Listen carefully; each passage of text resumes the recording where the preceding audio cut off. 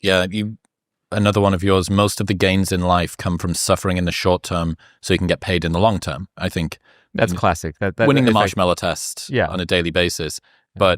But there's an interesting challenge where I think people need to avoid becoming a suffering addict, sort of using suffering as the proxy for progress as opposed to the outcome of the suffering, right? It's like I was in pain not eating the marshmallow. I was in pain doing this work.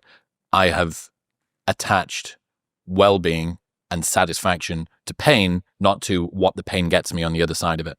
If you define pain as physical pain, then it's a real thing. It happens and you can't ignore it. But that's not what we mean by suffering. Suffering is mostly mental anguish and mental pain.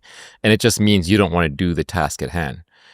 If you were fine doing the task at hand, then you wouldn't be suffering. And then the question is, what's more effective, to suffer along the way or just to interpret it in a way that is not suffering? You hear from a lot of successful people, they look back and they say, oh, the journey was the fun part, right? That was actually the entertaining part and I should have enjoyed it more. It's a common regret. There's a little thought exercise I like to do, which is you can go back into your own life and try to put yourself in the exact position you were in 5 years ago, 10 years ago, 15 years ago, 20 years ago.